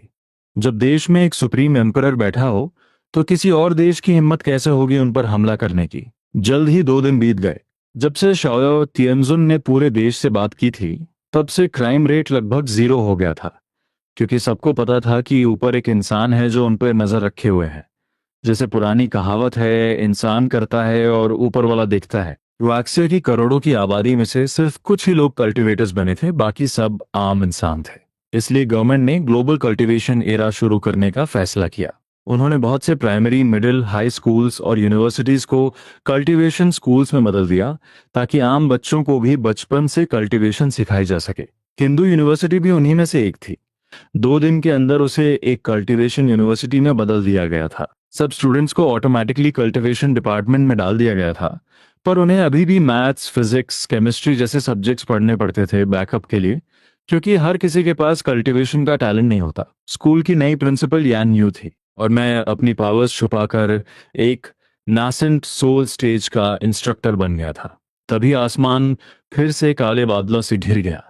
हॉन्गमिंग आवाज फिर गूंजी। मैजिक ट्रेजर वेपन मैनिफेस्टेशन 1 घंटे बाद शुरू होगा। पूरा देश ये आवाज सुन सकता था। जो शांति कुछ दिनों से बनी हुई थी, वो फिर से एक्साइटमेंट में बदल गई। बहुत बढ़िया। मैं इसी दिन का इंतजार कर रहा था। मुझे याद है, फाउंडेशन बिल्डिंग स्टेज पर पहुंचने के बाद एक बिगिनर वेपन मिलता है। मैं फाउंडेशन बिल्डिंग स्टेज पर हूं, मुझे भी वेपन मिलेगा। अगर वेपन्स आ रहे हैं तो क्या पेट्स और माउंट्स भी आएंगे? मैं फील्ड में खड़ा था। मुझे वेपन्स के आने से कोई खास फर्क नहीं पड़ रहा था, क्योंकि मेरे वेपन्स मुझे नुकसान नहीं पहुंचा सकते थे। और वैसे भी सबसे पावरफुल वेपन्स तो मेरे पास ही थे। 1 घंटा जल्दी ही बीत गया। फील्ड में बैठे स्टूडेंट्स अभी भी ची स्पिरिचुअल एनर्जी अब्सॉर्ब करने की प्रैक्टिस कर रहे थे। तभी आसमान का रंग फिर बदला। पूरे देश के लोगों ने अपना काम छोड़कर एक साथ आसमान की तरफ देखा। 1 घंटे बाद 1 lakh low level iron stage demonic beast Huaxia में रैंडम जगहों पर ड्रॉप किए जाएंगे। ये 3 अनाउंसमेंट सुनकर पूरे देश के होश उड़ गए। क्या 20 आ रहे हैं इतनी जल्दी, और वो भी 1 लाख। ये तो बहुत जल्दी है। हमने तो अभी कल्टीवेशन शुरू भी नहीं की है और अभी से 1 लाख 20 आ जाएंगे, और वो भी रैंडमली कहीं भी। अब क्या होगा? पूरा देश पैनिक में आ गया। बीस्ट्स बहुत अचानक आ रहे थे। आम लोगों के पास तैयारी करने का कोई टाइम नहीं था। अब उनके पास सिर्फ एक ही उम्मीद थी, कल्टीवेटर मैनेजमेंट डिपार्टमेंट। तभी आसमान से हजारों गोल्डन लाइट्स तलवारों की तरह नीचे गिरी और जमीन में समा गई। उनमें से एक गोल्डन लाइट मेरे ऊपर भी गिरी। फील्ड में खड़े सब लोगों ने ये साफ साफ देखा और वो हैरान रह गए। डरो मत, ये वेपन मैनिफेस्टेशन है। चेन लैंग नासन सोल स्टेज पर है, उसके पास पक्का कोई वेपन होगा। लुओताओ ने हंसते हुए कहा। उसकी आंखों में थोड़ी जलन भी थी। जल्द ही गोल्डन लाइट गायब हो गई और उसकी जगह मेरे दाएं हाथ के रिंग फिंगर पर एक पुरानी सी अंगूठी आ गई। मैंने उस अंगूठी को देखकर मुस्कुरा दिया। बाहर से ये एक मामूली अंगूठी लग रही थी, पर इसके अंदर एक पूरी दुनिया थी। ये एक स्टोरेज रिंग थी जिसके अंदर इतनी जगह थी कि पूरा ब्लू स्टार इसमें समा जाए। मैंने अपनी डिवाइन सेंस से अंदर देखा। वहां वेपन्स के छोटे छोटे पहाड़ बने हुए थे। 10 साल गेम खेलकर मैंने जो भी वेपन्स जमा किए थे वो सब यहाँ थे। जल्द ही मेरी नजर दो वेपन्स पर गई जो बाकी वेपन्स के ऊपर तैर रहे थे, और उन पे हल्की गोल्डन चमक थी। एक खून जैसी लाल रंग की छोटी और खूबसूरत तलवार थी। ये गोल्ड रैंक का रिवॉर्ड था। स्लॉटर ब्लड सोर्ड, एक हेवनली डाउ ट्रेजर, और दूसरा एक बहुत ही डिटेल्ड और खूबसूरत mountain and river painting scroll था। इन दोनों वेपन्स को देखते ही मुझे समझ आ गया कि इन्हें कैसे यूज करना है। स्लॉटर ब्लड सोर्ड, ये एक स्पेशल वेपन है जो खून पीकर स्ट्रांग होता है। दुश्मनों को मारते वक्त ये उनका खून चूस कर मुझे पावर देता है। अगर कोई इसे बिना कट लगे भी छू ले तो भी ये उसका सारा खून चूस लेगी और वो इंसान वायलेंट तरीके से मर जाएगा। अगर मुझे चोट लग जाए तो ये सोड मुझे खून देकर तुरंत हील कर सकती है। अगर मेरे अंदर सिर्फ एक सांस भी बची हो तो ये सोड मुझे वापस फुल हेल्थ पर ला सकती है। पर मुझे इसमें कोई खास इंटरेस्ट नहीं था, क्योंकि मुझे लगता नहीं कि मुझे इसकी कभी जरूरत पड़ेगी। मैं सिर्फ एक सोच से दुश्मनों को मार सकता हूँ। फिर मैंने माउंटेन एंड रिवर पिक्चर को देखा। ये एक छोटी सी दुनिया पॉकेट डायमेंशन की तरह है। इसमें कोई भी चीज, यहाँ तक कि जिंदा इंसान या जानवर भी रखे जा सकते हैं। जो भी इसके अंदर जाएगा वो वहां फंस जाएगा और बाहर नहीं आ पाएगा। वो पूरी तरह मेरे कंट्रोल में होगा। इस पिक्चर के अंदर मैं एक गॉड हूँ। मास्टर, मैं लिटिल सॉर्ड हूँ, मैं लिटिल रिवर हूँ। अचानक मेरे दिमाग में दो आवाजें आईं जिससे मैं थोड़ा चौंक गया। ये वेपन्स बोल रहे थे, पर मुझे जल्दी ही समझ आ गया कि इन वेपन्स के अंदर अपनी खुद की इंटेलिजेंस कॉन्शियसनेस बन गई है, इसलिए ये बोल सकते हैं। समय के साथ ये और भी मैच्योर हो जाएंगे। तुम दोनों अभी मेरे दांतियन एनर्जी सेंटर में आ जाओ। इतना कहकर मैंने उन दोनों वेपन्स को अपनी बॉडी के अंदर दंतियन में रख लिया। दंतियन की स्पिरिचुअल एनर्जी उन्हें नरिश करेगी और स्ट्रांग बनाएगी। उन वेपन्स को 7 रंगों की हल्की रोशनी छोड़ते देख मैं समझ गया कि वो स्पिरिचुअल एनर्जी डाइजेस्ट कर रहे हैं। मैं मुस्कुराया, अपनी डिवाइन सेंस वापस ली और स्टूडेंट्स की तरफ देखा। लुओ टाओ इधर आ, मैंने कहा। लुओ टाओ जो स्टूडेंट्स को सिखा रहा था वो तुरंत भागकर मेरे पास आया। क्या हुआ? मैंने कुछ नहीं कहा, बस अपना हाथ हिलाया और 2025 वेपन्स जमीन पर गिरा दिए। ये सब हाई क्वालिटी हाउटियन ट्रेजर्स थे। ये वेपन्स तू रख ले, अपने मॉम डैड और लान लान को भी दे देना। जमीन पर पड़े उन चमकते हुए वेपन्स को देखकर लुओ टाओ की आंखें फटी रह गईं। होली क्रैप, तुझे इतने सारे वेपन्स कहाँ से मिले? क्या तू सच में ये सब मुझे दे रहा है? रख ले, मेरे पास और भी बहुत है, मैंने हंसते हुए कहा। मेरी स्टोरेज रिंग में तो वेपन्स के पहाड़ लगे थे। मुझे लगता है मैं पूरी जिंदगी में भी उन सब का यूज नहीं कर पाऊंगा, तो थोड़े से लियो टाओ को देने में क्या बुराई है। आसमान से काले बादल अभी भी नहीं हटे थे और अचानक बादलों के बीच एक छेद हुआ और एक गोल्डन लाइट नीचे आई। Magic treasure weapon gold rank open हो रहा है। हॉन्गमिंग आवाज फिर गूंजी। एक स्क्रोल आसमान से नीचे उतरा और धीरे धीरे खुलने लगा। पर अब पूरे देश के लोगों का ध्यान गोल्ड रैंक पर नहीं था, क्योंकि बीस्ट्स आने वाले थे। मैं, जिसने लगातार 10 साल रात भर जागकर कल्टीवेशन गेम क्लियर किया था, मैं वर्ल्ड रैंक 1 था, 10 करोड़ साल का सुप्रीम एम्परर। मेरे पास हर तरह के गॉड लेवल वेपन्स थे। पर मुझे नहीं पता था कि 10 साल पुराना वो गेम सच में रियलिटी बन जाएगा और मुझे वो सारी पावर्स और आइटम्स असल में मिल जाएंगे। रिपोर्टिंग सर, इन्वेस्टिगेशन के हिसाब से जो न्यू अननोन रीजन्स कुछ दिन पहले अपीयर हुए थे वो अब एंडलेस स्पिरिचुअल एनर्जी से भर चुके हैं। ब्लू स्टार पर सबसे ज्यादा एनर्जी वही है। एक फीमेल सोल्जर ने आकर ली लॉन्ग को रिपोर्ट दी। जब ली लॉन्ग को पता चला कि बीस्ट्स आने वाले हैं तो उसने तुरंत इन्वेस्टिगेशन शुरू करवा दी थी। उनका मेन फोकस हुआक्सिया के अंदर अपीयर हुए उन अननोन रीजन्स पर था। जब ब्लू स्टार का एरिया बढ़ा था तो ये रीजन्स अचानक से आ गए थे और उनमें जंगल और नदियां थीं। वो एक पूरा एनवायरनमेंट था। उनका एरिया बहुत बड़ा था, करीब 2 शहरों के बराबर। अभी पता चला है कि उन रीजन्स में बहुत ज्यादा स्पिरिचुअल एनर्जी आ गई है। इसका मतलब है कि 20 पक्का वहीं मैनिफेस्ट होंगे। सबसे डरावनी बात यह है कि वो रीजन्स कुछ शहरों के बहुत करीब है, कुछ तो 2 शहरों के बीच में है। अगर वहां से बहुत सारे बीस्ट्स बाहर आ गए तो आम लोगों का बहुत बुरा हाल होगा। तुरंत ऑफिसर्स को उन रीजन्स को गार्ड करने के लिए भेजो। अगर सब कुछ ठीक रहा तो वो 1 लाख बीस्ट्स वहीं मैनिफेस्ट होंगे। लीलोंग ने ऑर्डर दिया। फीमेल सोल्जर तुरंत ऑर्डर फॉलो करने चली गई। लीलोंग ने आसमान में वेपन गोल्ड रैंक को देखकर एक गहरी सांस छोड़ी। वो बस यही उम्मीद कर रहा था कि बीस्ट्स चुपचाप उन अननोन रीजन्स में ही रहें और शहरों में ना घुसे, वरना 1 लाख 20 का आम लोगों के सामने आना एक बहुत बड़ी तबाही होगी। हालांकि उनके पास 30 करोड़ से ज्यादा कल्टीवेटर्स हैं पर पावरफुल लोग बहुत कम हैं और वो हर जगह टाइम पर नहीं पहुंच पाएंगे। कैजुअलिटीज तो पक्का होंगी। सड़कों पर पेट्रोल कार्स अनाउंस कर रही थीं कि सब लोग अपने घरों में रहें, दरवाजे और खिड़कियां बंद रखें, बाहर बिल्कुल ना निकलें।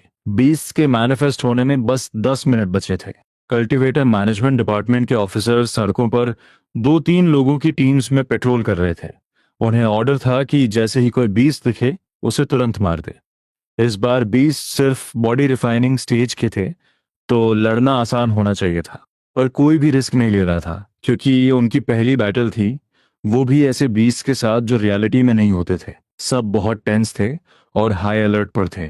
मैं अंधेरे आसमान को सीरियस होकर देख रहा था। टाइम धीरे धीरे बीत रहा था। आ गए। अचानक आसमान में जोरदार बिजली कड़की। हॉन्गमेंग आवाज फिर गूंजी। Beast manifestation. 1 lakh 20 randomly manifest हो चुके हैं। बिजली और उस आवाज ने पूरे देश के लोगों के दिलों में खौफ पैदा कर दिया। बीस्ट्स आ गए। उसी पल आसमान से 1 लाख गोल्डन लाइट्स नीचे गिरी।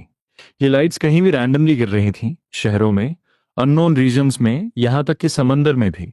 उन गोल्डन लाइट्स के अंदर से बहुत ही भयानक और डरावनी दहाड़ें सुनाई दी। अगले ही सेकंड लाइट्स गायब हो गईं और उनकी जगह बहुत ही बदसूरत, खूंखार और बड़े बड़े मॉन्स्टर्स आ गए। किंजू सिटी के सेंटर में ही ऐसे दर्जनों बीस्ट आ गए थे और इत्तेफाक से वहां पेट्रोल टीम भी मौजूद थी। 5-6 मीटर ऊंचे एक छोटी बिल्डिंग जितने बड़े बीस्ट को देखकर टीम के होश उड़ गए।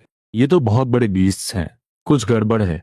इनकी ऑरा बॉडी रिफाइनिंग पिक की है। ये सिंपल बॉडी रिफाइनिंग बीस्ट नहीं है। जो भी हो अटैक करो।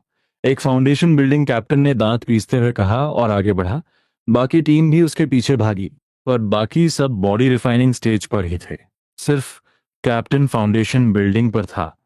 उन बीस्ट्स ने जब फाउंडेशन बिल्डिंग वाले को अपनी तरफ आते देखा तो वो बिल्कुल नहीं डरे। इंसान, मुझे बहुत भूख लगी है। बीस्ट चारों पैरों पर दौड़ता हुआ आया और उसने उस फाउंडेशन बिल्डिंग कैप्टन को कसकर पकड़ लिया। आहा! कैप्टन दर्द से चिल्लाया। ये सब कल्टीवेटर्स अभी अभी बने थे, इन्हें कॉम्बैट एक्सपीरियंस कहाँ से होता। बीस्ट तो दूर, इन्होंने कभी किसी इंसान से भी लड़ाई नहीं की थी। हाँ। कैप्टन ने जोर से चिल्लाते हुए अपना मैजिक वेपन समन किया और एक तलवार से बीस्ट का हाथ काट दिया। बीस्ट दर्द से चिल्लाया। यही मौका है, अटैक। बाकी बॉडी रिफाइनिंग स्टेज वाले ऑफिसर्स भी आगे बढ़े। बीस ने फिर दहाड़ मारी और एक मुक्के से एक ऑफिसर को दूर उड़ा दिया, जिससे वो ऑफिसर गंभीर रूप से घायल होकर बेहोश हो गया। पीछे हटो, मैं इसे मारता हूं। फाउंडेशन बिल्डिंग कैप्टन ने गुस्से में चिल्लाया और अपनी स्पिरिचुअल एनर्जी से उस बीस्ट पर हमला कर दिया। बहुत देर लड़ने और खुद घायल होने के बाद आखिरकार उसने उस बीस्ट को मार गिराया, पर वो भी पूरी तरह एग्जॉस्ट हो चुका था। ये बीस्ट्स बहुत स्ट्रांग है। ये कोई नॉर्मल बॉडी रिफाइनिंग स्टेज के बीस्ट्स नहीं है। फाउंडेशन बिल्डिंग कल्टीवेटर जमीन पर बैठ गया और जोर जोर से सांस लेने लगा। तभी आसपास से 2 और दहाड़े सुनाई दी, जिससे उसका दिल दहल गया। उसी वक्त मैं अपने हॉस्टल की बालकनी में खड़ा अपनी डिवाइन सेंस से पूरे देश को ऑब्जर्व कर रहा था। बीस्ट हर जगह मैनिफेस्ट हो चुके थे, ज्यादातर शहरों में। कल्टीवेटर मैनेजमेंट डिपार्टमेंट एक्शन में था, पर उनके ऑफिसर्स बहुत कम थे और बीस्ट्स हर जगह फैले हुए थे। वो हर जगह टाइम पर सपोर्ट नहीं कर पाएंगे। ये 1 लाख बीस्ट्स बॉडी रिफाइनिंग पीके हैं, पर इनकी असली पावर फाउंडेशन बिल्डिंग के बराबर है। सेम लेवल के कल्टीवेटर्स इन्हें आसानी से नहीं मार पाएंगे। चलो, इसी बहाने अपने मैजिक वेपन्स का यूज करके देखता हूँ, मैंने मुस्कुराते हुए सोचा और कमांड दिया। पल भर में 2 वेपन्स मेरे सामने आ गए, एक छोटी तलवार और एक पेंटिंग स्क्रोल। जाओ, बाहर जाकर खेलो, जो भी बीस दिखे उसे मार देना। आखिरकार बाहर जाने को मिला। दोनों वेपन्स खुश हो गए। चलो रेस लगाते हैं, देखते हैं कौन ज्यादा बीस मारता है। स्वूश! दोनों वेपन्स एक लाल और एक नीली लाइट में बदलकर आसमान में गायब हो गए। मैं बेबसी से मुस्कुराया और अपनी डिवाइन सेंस से हुआक्षा को देखने लगा। किंदू सिटी के एक घर में खिड़की का कांच टूट चुका था और एक बहुत ही खूंखार बीस्ट उस घर के अंदर घुस आया था। एक 20 साल की लड़की डर के मारे जमीन पर बैठी रो रही थी और चिल्ला रही थी, बचाओ, कोई मुझे बचाओ। वो बीस्ट अपनी जीभ चाटता हुआ उसकी तरफ बढ़ रहा था, पर तभी उसे कुछ अजीब सी आवाज सुनाई दी, जैसे किसी तलवार के चमकने की आवाज। एक लाल रंग की लाइट चमकी और अगले ही पल उस बीस्ट का सिर कटकर लड़की के पास आ गिरा। और सबसे डरावनी बात तो ये थी कि उस बीस्ट का बड़ा सा शरीर अचानक सिकुड़ गया। उसका सारा खून और मांस गायब हो गया, बस एक खाली चमड़ी बच गई। पास पड़े उस बास्केटबॉल से भी बड़े बीस्ट के सिर को देखकर लड़की का रोना बंद हो गया। वो डर और हैरानी से सुन्न हो गई। ये क्या हुआ? तभी उसे एक बच्चे की आवाज सुनाई दी, जिससे उसके रोंगटे खड़े हो गए। दीदी, मैंने इस मॉन्स्टर को मार दिया। लड़की को लगा कि शायद बीस्ट के अलावा भूत प्रेत भी आ गए हैं। इसी तरह वो लाल और नीली लाइट पूरे किंदू सिटी में घूम रही थी। वो जहां भी जाती वहां कुछ नहीं बचता। बीस्ट या तो अचानक सूख जाते या फिर किसी मिस्टीरियस पावर से हवा में गायब हो जाते। जो कल्टीवेटर्स उन बीस्ट से लड़ने वाले थे, वो ये अजीब नजारा देखकर हैरान रह गए। ये क्या हो रहा है? हमने तो अभी अटैक भी नहीं किया था। दूसरी तरफ एक अननोन रीजन के पास यान यू अपनी टीम के साथ वहां पहुंची थी। कैप्टन, यहाँ कम से कम 1000 बीस्ट्स हैं। आप अटैक करेंगी तो ये सब खत्म हो जाएंगे, टीम के एक मेंबर कहा। यान यू ने सिर हिलाया। महायाना स्टेज पर होने की वजह से 1000 बॉडी रिफाइनिंग बीस्ट्स उसके लिए कुछ भी नहीं थे। और इससे पहले कि वो अटैक करती, अचानक उसे अपने पीछे से एक बहुत ही भयानक ऑरा फील हुई जो तेजी से उनकी तरफ आ रही थी। ये एनर्जी ट्रिब्यूलेशन स्टेज से भी ऊपर है, कोई एनिमी है। यान यू ने जोर से चिल्लाया और पीछे घूमी। एक लाल लाइट तेजी से उनकी तरफ आ रही थी। वो लाइट इतनी फास्ट थी कि यान यू भी उसे साफ नहीं देख पा रही थी। वो लाइट उनके पास से गुजरी और सीधे उस अननोन रीजन में घुस गई। इतने सारे बीस्ट्स। मजा आ गया। उस लाइट से एक बच्चे की आवाज आई, जिसे सुनकर यान यू और उसकी टीम हैरान रह गई। जल्द ही उन्होंने देखा कि वो अजीब चीज आखिर है क्या। वो एक लाल रंग की छोटी तलवार थी। वो तलवार जिस भी बीस्ट के पास से गुजरती, उसका सारा खून चूस लेती और वो बीस्ट एक खाली चमड़ी में बदल जाता। 10 सेकंड से भी कम टाइम में 1000 बीस्ट मारे गए और जमीन पर बस उनकी खाली चमड़ियां पड़ी थी। एकदम सन्नाटा छा गया। इतनी पावरफुल, इतने सारे बीस्ट को इंस्टेंट किल कर दिया। क्या ये कोई मैजिक वेपन है? पक्का मैजिक वेपन ही होगा, पर क्या इसका कोई मास्टर है या ये मास्टरलेस है? यहाँ कोई और तो दिख नहीं रहा। हो सकता है वेपन मैनिफेस्टेशन के बाद ये मास्टरलेस वेपन मिला हो। लोगों को नॉवेल्स की बातें याद आ गईं कि जो वेपन्स बोल सकते हैं वो बहुत ही पावरफुल होते हैं। अगर मुझे मिल जाए तो मेरी लाइफ सेट हो जाएगी। इसे पकड़ो। ऐसा वेपन छोड़ा तो जिंदगी भर पछतावा होगा। एक गोल्डन कोर स्टेज का आदमी लालच में आकर आगे बढ़ा और उस छोटी तलवार को पकड़ने की कोशिश करने लगा। उस तलवार ने उस आदमी को देखा और गुस्से से बोली, तुम्हारी हिम्मत! इस दुनिया में सिर्फ मेरे मास्टर मुझे छू सकते हैं। तुम जैसे कीड़े की ये हिम्मत कि मुझे पकड़ना चाहो। तलवार ने गुस्से में स्नॉट किया और एक लाल लाइट छोड़ते हुए सीधे उस आदमी की तरफ बढ़ी। ये तो गड़बड़ है। यान यू समझ गई कि क्या होने वाला है, पर बहुत देर हो चुकी थी। वो आदमी जो उस तलवार को पकड़ना चाहता था, उसका सारा खून पल भर में चूस गया और वो एक सूखी चमड़ी बनकर जमीन पर गिर पड़ा। अपने ही टीम मेंबर को ऐसे मरते देख बाकी सब डर से कांपने लगे और उन्हें बहुत गुस्सा भी आया। लीडोंग, कमीनी तलवार! एक फाउंडेशन बिल्डिंग स्टेज का लड़का गुस्से में अंधा होकर उस तलवार पर हमला करने वाला था, पर यान यू ने उसे जबरदस्ती रोक लिया। हमने गलती की, हमें माफ कर दो। यान यू ने हाथ जोड़कर माफी मांगी। उसने सुना था कि इस मैजिक वेपन का कोई मास्टर है, और ये तलवार महायाना स्टेज का प्रेशर रिलीज कर रही थी। मतलब ये तलवार किसी ऐसे मास्टर की है जो उससे भी ज्यादा पावरफुल है। अभी माफी मांगना ही सबसे सही था। हम माफी क्यों मांगे? इसने बिना कुछ कहे हमारे कल्टीवेटर मैनेजमेंट डिपार्टमेंट के मेंबर को मार दिया। क्या ऐसा लगता है कि हम कमजोर हैं?